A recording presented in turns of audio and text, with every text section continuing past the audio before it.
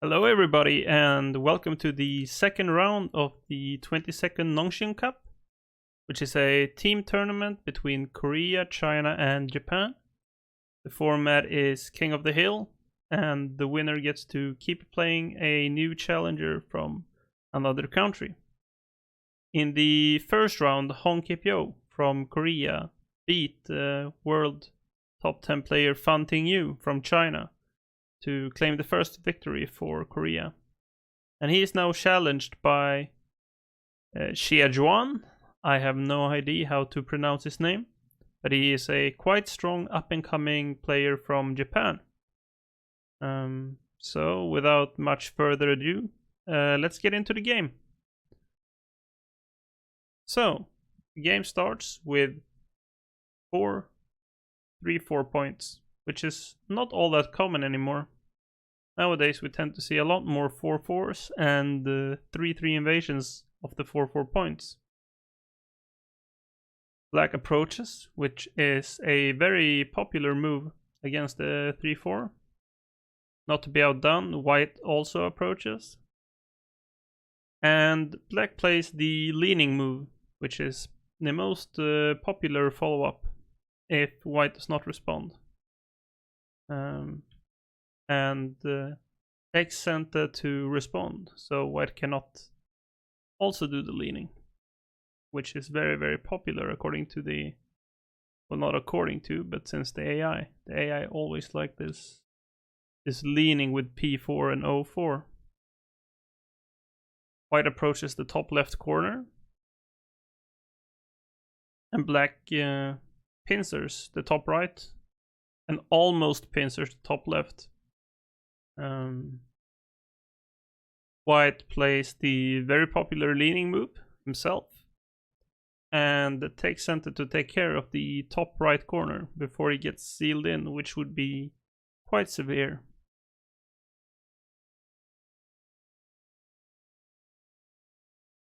They play out this sequence, which is quite forcing. And after black handles the top side, white handles his group quite lightly. So white does not really gain many points, but his group is quite safe. Black plays one exchange and plays R9. This is a slightly slow move. It doesn't severely attack white on the right side, and the shape with the R5, P4 and O4 is quite solid. A better move would perhaps be to approach in the bottom left corner at perhaps E3. Black should be able to handle himself in the lower right corner, but it's not a terrible move by any stretch. White takes the opportunity and takes the big move in the lower left.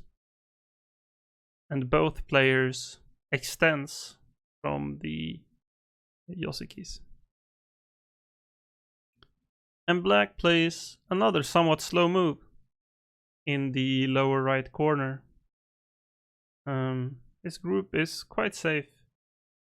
S3 is a big move, but it is not that big.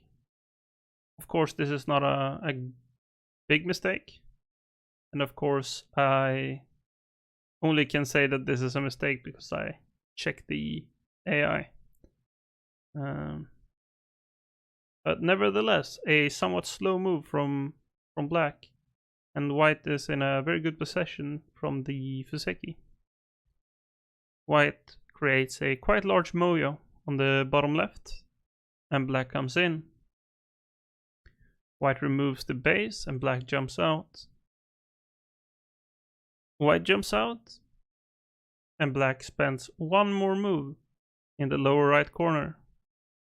It is again a little bit slow. Of course, this makes his group strong and gives points. However, he has now spent 3 moves extra in this lower right corner if we compare to the top left of white. This is simply a little bit too slow. So now he will get attacked quite severely on the bottom side. White caps. Black tries to make shape. White plays an exchange on the bottom right. The AI prefers to add a move at M2, which makes a lot of sense.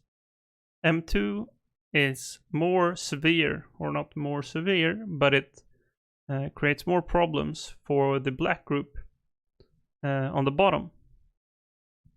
And as we will see later in the game, the S2 stone is actually quite important for black. White plays an attachment, trying to gain some strength in order to attack the black group on the bottom. Black peeps and responds. White honest. Black Ataris twice and takes profit on the right side. So white borrowed some strength in order to attack the black group on the bottom, and black got some points on the right side. But yeah, white caps again, and it's not clear how black is going to handle his groups on the bottom. He will have to handle them in a successful way if he wants to have a good game. Black attaches, and white uses a center move and seals black in. Black jumps again. White peeps the eye shape, one more time, and comes back and protects his shape. So black will now have to deal with this very, very large and heavy group. It does so by playing M2, which is a very, very interesting move. It's a move that makes a lot of sense to create some, or at least threaten to create some eye shape. But it also has another meaning, a much sneakier meaning, which we will see shortly. White takes away the eye shape with L3, forcing black to connect solidly like this. But again, black has no eye shape at all, which is a problem. White exchanges M6 for L6 while it is centered. And now there is no possibility to create an eye there for black. White has to come back and connect the stones.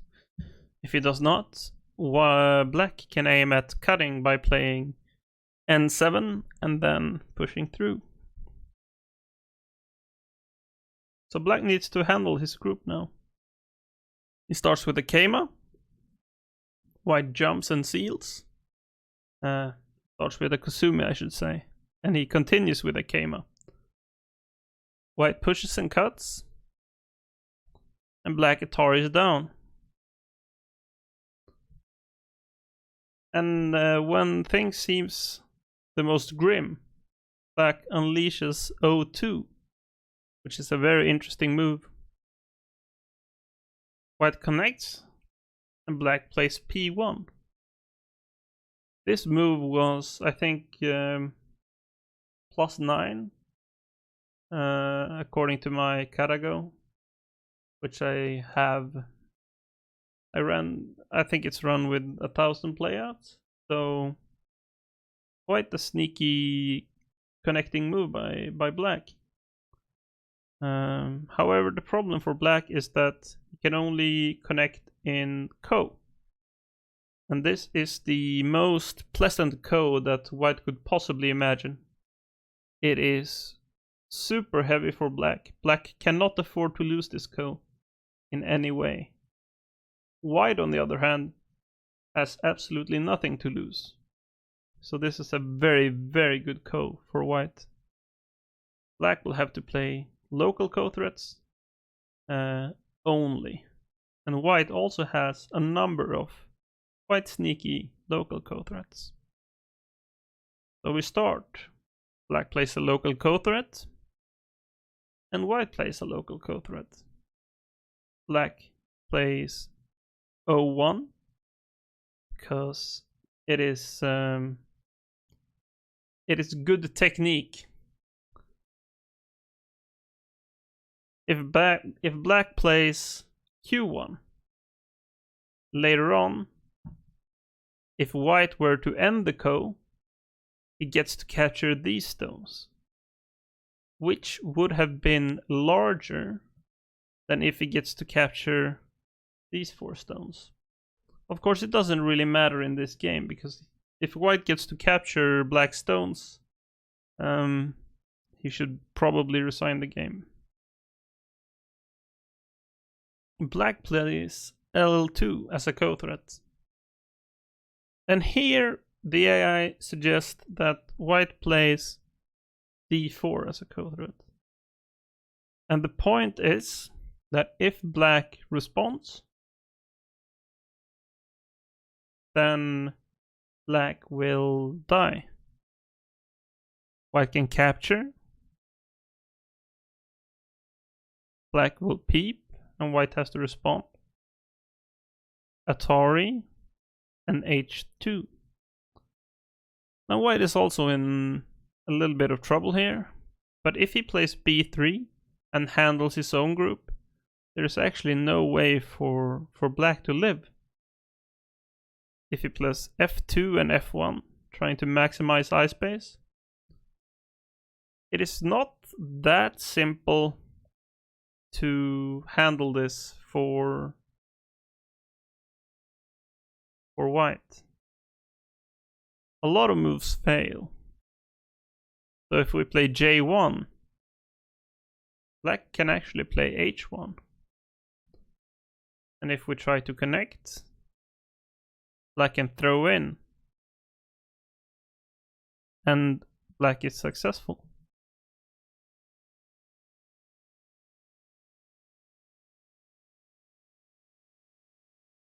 If we play K1, we can cut, and we have the same problem. We play J2, black is alive.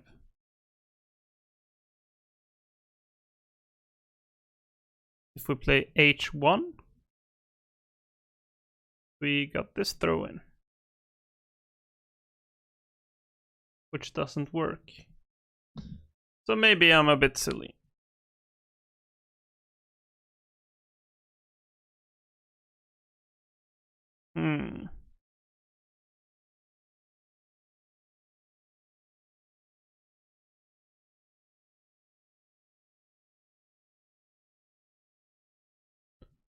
Yeah, I guess this would also work.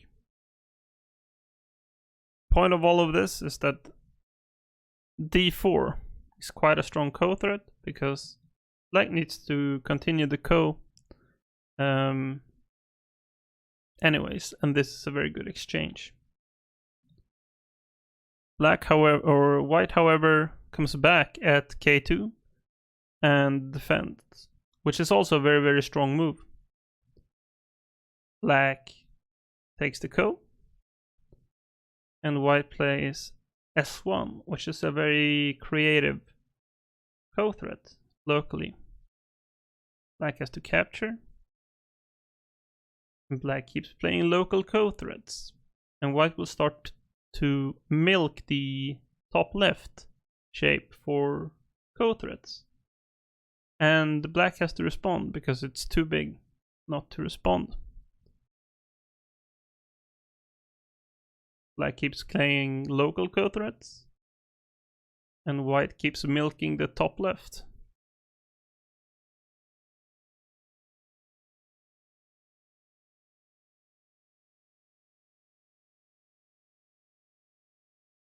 These are all quite good exchanges that white gets in the top left.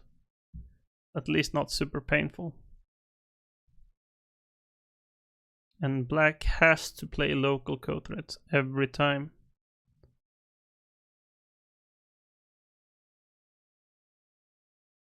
I love this move. This move is a very creative co-threat from white. What happens if black connects? Well, we can start this co-fight.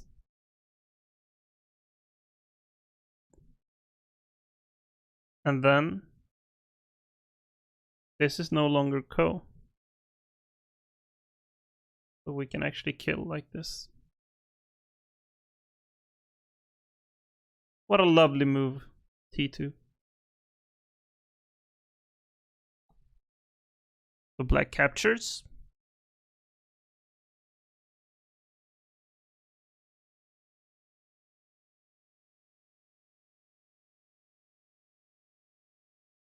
And black has exhausted all of his co-threats. So he has to connect. Black gets to, or white rather, gets to Atari and connect. And black is forced to connect under. And now that the dust has settled in this fight, we can see that white is very successful. White has a lot of thickness in the center. White also captured 10 points in this area and also got points in this area. He also got center. Black got a huge dragon and maybe 5 points on the right side.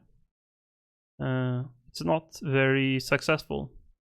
And this is the group that he spent all of these moves to make stronger. So black lost quite a few points here, and white gained points. So it's a very, very successful result for white. And black will have to try something special to get back into the game. So white comes back to the top left and fixes his shape. And black approaches the top left group. Attacking this group is probably black's only chance to get back into the game. So let's see if he can do so successfully. White attaches, trying to handle his group. And black Atari's out. And white turns. Black pushes in center and plays the tiger's mouth. White Ataris. And probably the proper move here is for black to simply connect. However, black is behind. So he tries to complicate things and cuts at e14. White says thank you very much and captures his stone. And black pushes out and starts a ko. So black has successfully started a ko, but the problem is the ko is quite big for black, but it's not too big for white. So white plays a very large ko threat, threatening to cut at e5. Black responds, and white captures at g17. He captures the ko. And black plays s11 as a ko threat. But this is not big enough. This would only be a successful ko threat if he could kill the top right group, which is obviously not the case. The only big enough ko threat that black has is probably h2. White would have to respond to this, because if he does not,